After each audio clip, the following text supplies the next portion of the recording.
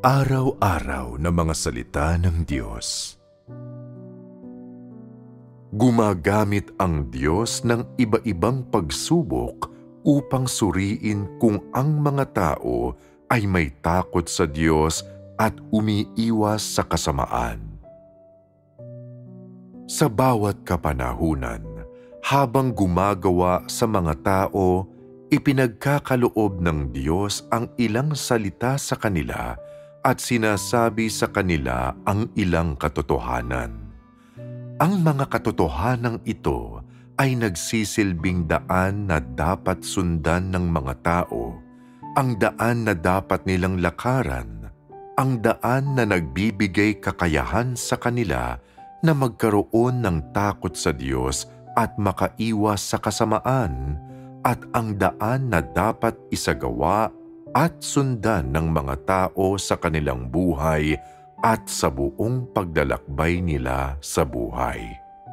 Ito ang mga dahilan kaya ipinapahayag ng Diyos ang mga pagbigkas na ito sa sangkatauhan. Ang mga salitang ito na nagmumula sa Diyos ay dapat sundin ng mga tao, at ang pagsunod sa mga ito ay pagtanggap ng buhay. Kung hindi susundin ng isang tao ang mga ito, hindi isasagawa ang mga ito at hindi isasabuhay ang mga salita ng Diyos, hindi isinasagawa ng taong ito ang katotohanan. Bukod pa riyan, kung hindi isinasagawa ng mga tao ang katotohanan, hindi sila natatakot sa Diyos at hindi nila iniiwasan ang kasamaan, ni hindi rin nila mapapalugod ang Diyos. Ang mga taong hindi kayang palugurin ang Diyos ay hindi matatanggap ang kanyang papuri at walang kahihinatnan ang gayong mga tao. Kaya kung gayon, sa takbo ng kanyang gawain, paano ipinapasya ng Diyos ang kahihinatnan ng isang tao? Anong mga pamamaraan ang ginagamit ng Diyos upang ipasya ang kahihinatnan ng isang tao? Marahil ay hindi pa rin masyadong malinaw ito sa inyo sa ngayon. Ngunit kapag sinabi ko sa inyo ang proseso, medyo magiging malinaw ito dahil marami sa inyo mismo ang nakaranas na nito. Sa kabuuan ng gawain ng Diyos, mula pa sa simula, nagtakda na ng mga pagsubok ang Diyos para sa bawat tao, o maaari niyong sabihing bawat taong sumusunod sa Kanya, at iba-iba ang bigat ng mga pagsubok na ito. May mga taong nakaranas ng pagsubok na maitakwil ng kanilang pamilya. May mga nakaranas ng pagsubok na masasamang kapaligiran. May mga nakaranas ng pagsubok na maaresto at mapahirapan. May mga nakaranas ng pagsubok na maharap sa mga pagpipilian, at may mga naharap sa mga pagsubok na pera at katayuan. Sa pangkalahatan, bawat isa sa inyo ay naharap na sa lahat ng uri ng mga pagsubok. Bakit ganito kung gumawa ang Diyos? Bakit niya tinatrato ang lahat sa ganitong paraan? Anong klaseng resulta ang hinahanap niya? Narito ang puntong nais kong iparating sa inyo. Nais makita ng Diyos kung ang taong ito ang uri na may takot sa Kanya at umiiwas sa kasamaan. Ang ibig sabihin nito ay na kapag binibigyan ka ng Diyos ng isang pagsubok at inihaharap ka sa ilang sitwasyon, layon niyang suriin kung isa kang taong may takot sa Kanya at umiiwas sa kasamaan o hindi. Kung nahaharap ang isang tao sa tungkuling ingatan ang isang handog at humantong ang tungkuling ito sa paggalaw sa handog sa Diyos, sasabihin mo ba na ito ay isang bagay na naisaayos ng Diyos? Walang duda, lahat ng bagay na kinakaharap mo ay isang bagay na naisaayos ng Diyos. Kapag nahaharap ka sa bagay na ito, lihim kang oobserbahan ng Diyos. Minamatyagan kung anong mga pagpili ang ginagawa mo, paano ka nagsasagawa, at ano ang mga naiisip mo. Ang pinakamahalaga sa Diyos ay ang huling resulta dahil ito ang resultang tutulong sa Kanya na masukat kung namuhay ka ayon sa Kanyang pamantayan o hindi sa partikular na pagsubok na ito. Gayunman, tuwing nahaharap ang mga tao sa isang problema, madalas ay hindi nila iniisip kung bakit sila nahaharap sa mga ito, anong pamantayan ang inaasahan ng Diyos na matugunan nila, ano ang nais niyang makita sa kanila o ano ang nais niyang matamo mula sa kanila. Kapag naharap sa problemang ito, iniisip lamang ng mga tao ito. Ito ang bagay na kinakaharap ko. Kailangan kong mag-ingat, hindi magpabaya. Anuman ang mangyari, ito ay handog sa Diyos at hindi ko ito maaaring galawin. Nasasaisip ang mga simpleng bagay na ito. Naniniwala ang mga tao na natupad na nila ang kanilang mga responsibilidad. Malulugod ba ang Diyos sa resulta ng pagsubok na ito o hindi? Sumigi kayo at pag-usapan ninyo ito. Kung may takot sa Diyos ang mga tao sa kanilang puso, kapag naharap sila sa isang tungkulin na nagtutulot sa kanila na magalaw ang handog sa Diyos, isa sa alang-alang nila kung gaano kadaling magkasala sa disposisyon ng Diyos at sisiguraduhin nilang mag-ingat sa kanilang pagkilos. Ang tugon mo ay nasa tamang landas, ngunit hindi iyon nagtatapos doon. Ang paglalakad sa daan ng Diyos ay hindi tungkol sa pagsunod sa mabababaw na panuntunan. Sa halip, nangangahulugan ito na kapag nahaharap ka sa isang problema, ituring mo muna ito una sa lahat bilang isang sitwasyon na naisaayos ng Diyos, isang responsibilidad na naipagkaloob niya sa iyo o isang gawaing naipagkatiwala niya sa iyo. Kapag nahaharap sa problemang ito, dapat mo ngang ituring ito bilang isang pagsubok ng Diyos sa iyo. Kapag nahaharap ka sa problemang ito, kailangan ay mayroon kang pamantayan sa puso mo. Kailangan mong isipin na ang bagay na ito ay nagmula sa Diyos.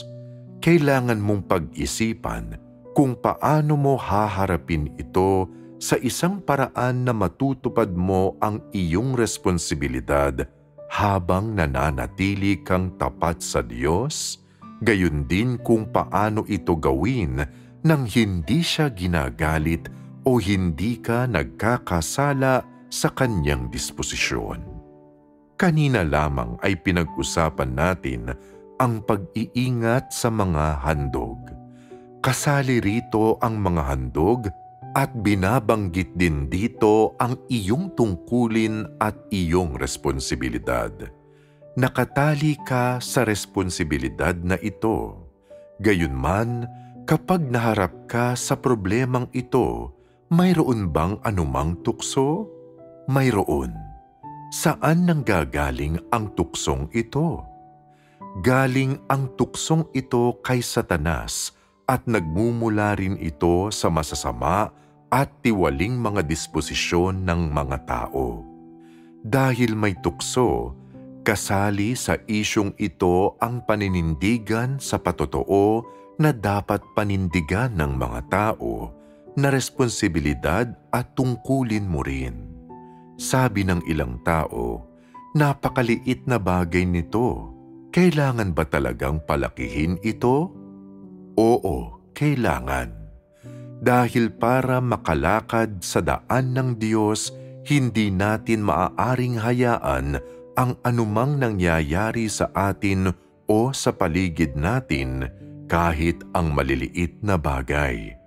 Iniisip man natin na dapat itong bigyang pansin o hindi, basta't may anumang bagay tayong nakakaharap, hindi natin ito dapat hayaan.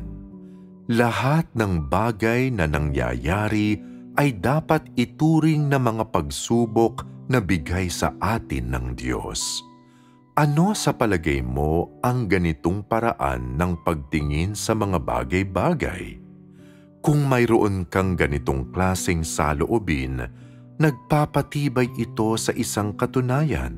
Sa iyong kalooban, may takot ka sa Diyos at handa kang umiwas sa kasamaan. Kung may hangarin kang palugurin ang Diyos, hindi malayong matugunan ng isinasagawa mo ang pamantayan ng pagkakaroon ng takot sa Diyos at pag-iwas sa kasamaan. Madalas ay may mga taong naniniwala na ang mga bagay na hindi gaanong pinapansin ng mga tao at hindi karaniwang binabanggit ay maliliit na bagay lamang na walang kinalaman sa pagsasagawa ng katotohanan. Kapag naharap sa ganito lamang na issue, hindi ito gaanong pinag-iisipan ng mga taong ito at hinahayaan lamang nila ito. Gayunman, sa katunayan, ang bagay na ito ay isang aral na dapat mong pag-aralan, isang aral kung paano magkaroon ng takot sa Diyos at paano umiwas sa kasamaan. Bukod pa riyan, ang dapat mong higit na alalahanin ay ang pag-alam kung ano ang ginagawa ng Diyos kapag dumarating ang bagay na ito sa iyong harapan.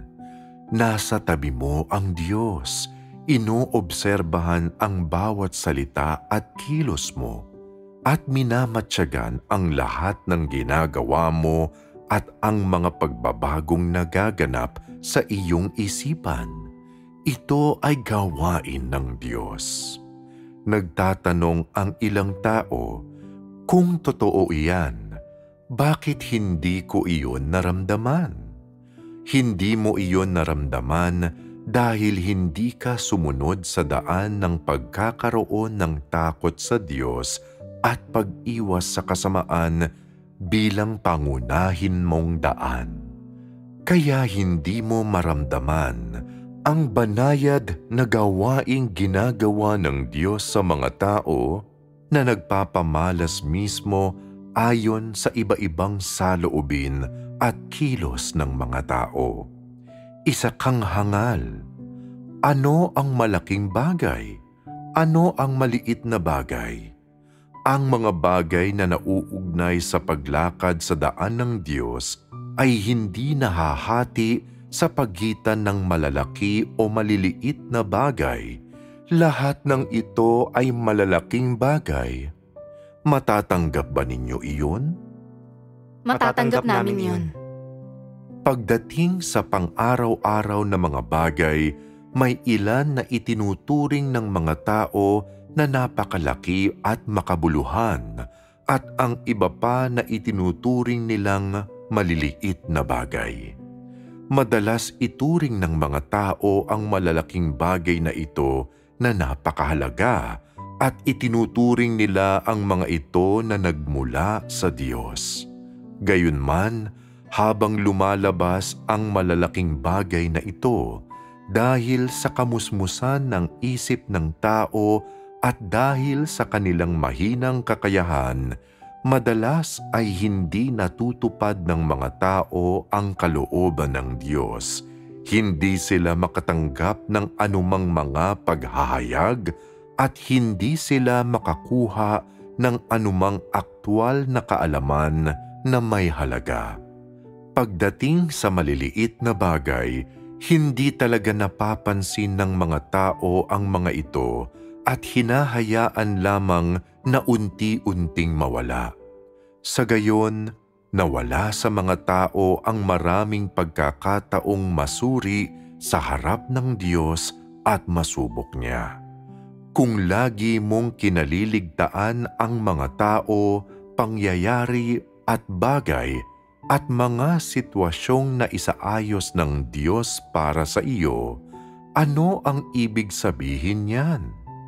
Ang ibig sabihin niyan ay na bawat araw at kahit bawat sandali, palagi mong tinatalikuran ang pagpeperpekto ng Diyos sa iyo, pati na ang kanyang pamumuno.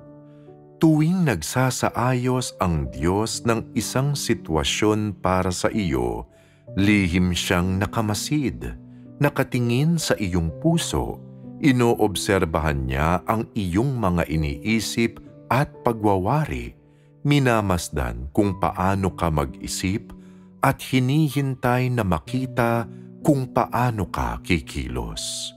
Kung isa kang pabayang tao, isang taong hindi kailanman naging seryoso tungkol sa daan ng Diyos sa kanyang mga salita o sa katotohanan, hindi ka magiging maingat o hindi mo papansinin ang nais ng Diyos na tapusin o ang mga kinakailangang inasahan niyang tugunan mo kapag nagsaayos siya ng isang sitwasyon para sa iyo. Hindi mo rin malalaman kung paano nauugnay ang mga tao, mga pangyayari, at mga bagay na nakakatagpo mo sa katotohanan o sa kalooban ng Diyos. Pagkatapos mong harapin ang paulit-ulit na mga sitwasyon at pagsubok na tulad nito, nang walang nakikita ang Diyos na anumang resulta sa iyo, paano siya magpapatuloy? Pagkatapos ng paulit-ulit na pagharap sa mga pagsubok, hindi mo dinakila ang Diyos sa puso mo, ni hindi mo nakita kung ano ang mga sitwasyong isinaayos ng Diyos para sa iyo, mga pagsubok at pagsusuri mula sa Diyos. Sa halip, sunod-sunod mo nang tinanggihan ang mga pagkakataong ibinigay ng Diyos sa iyo at hinayaang makalampas ang mga ito ng paulit-ulit. Hindi ba sukdulang pagsuway ang ipinapakitang ito ng mga tao? Oo. Masasaktan ba ang Diyos dahil dito? Oo. Mali. Hindi masasaktan ang Diyos.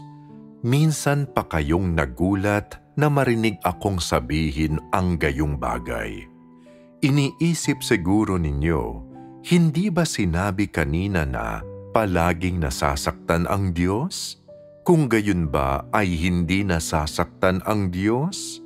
Kung gayon, kailan nasasaktan ang Diyos? Sa madaling salita, hindi masasaktan ang Diyos sa sitwasyong ito. Kaya ano kung gayon ang saloobin ng Diyos sa uri ng pag-uugaling nakabalangkas sa itaas? Kapag tinatanggihan ng mga tao ang mga pagsubok at pagsusuring ipinadadala sa kanila ng Diyos, at kapag iniiwasan nila ang mga ito, iisa lamang ang saloobin ng Diyos sa gayong mga tao. Anong saloobin ito? Tinatanggihan ng Diyos ang ganitong klaseng tao sa kaibuturan ng kanyang puso. May dalawang antas ng kahulugan para sa salitang tanggihan. Paano ko dapat ipaliwanag ito mula sa aking pananaw?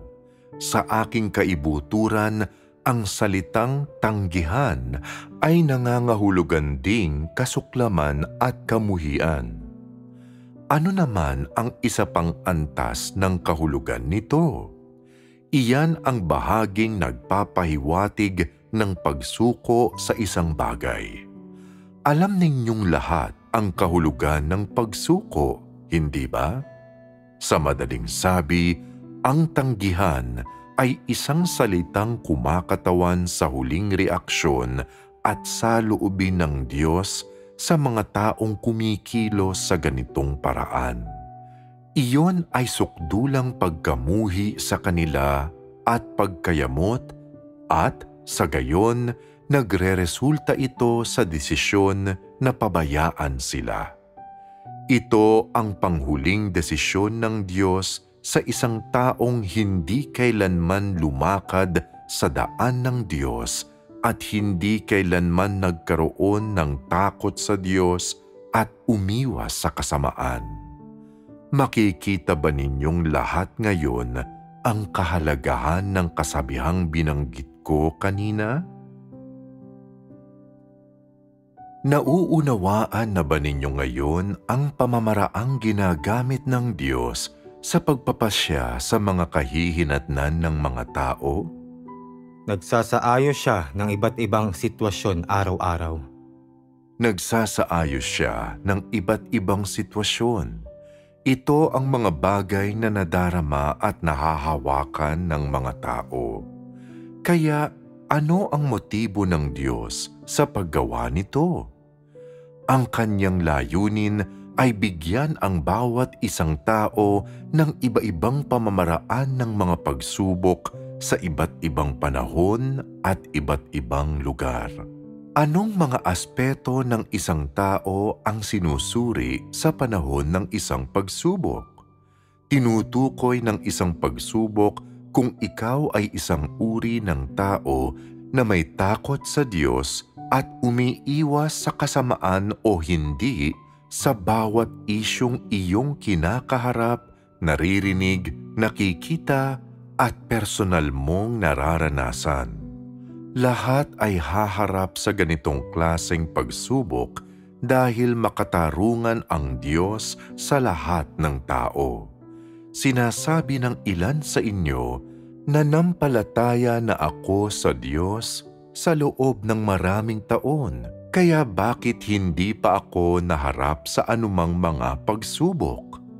Pakiramdam mo ay hindi ka pa naharap sa anuman dahil kapag nagsaayos ang Diyos ng mga sitwasyon para sa iyo, hindi mo sineseryoso ang mga ito at ayaw mong lumakad sa daan ng Diyos. Sa gayon, talagang hindi mo man lamang nadarama ang mga pagsubok ng Diyos. Sinasabi ng ilang tao, naharap na ako sa ilang pagsubok, ngunit hindi ko alam kung paano magsagawa ng wasto.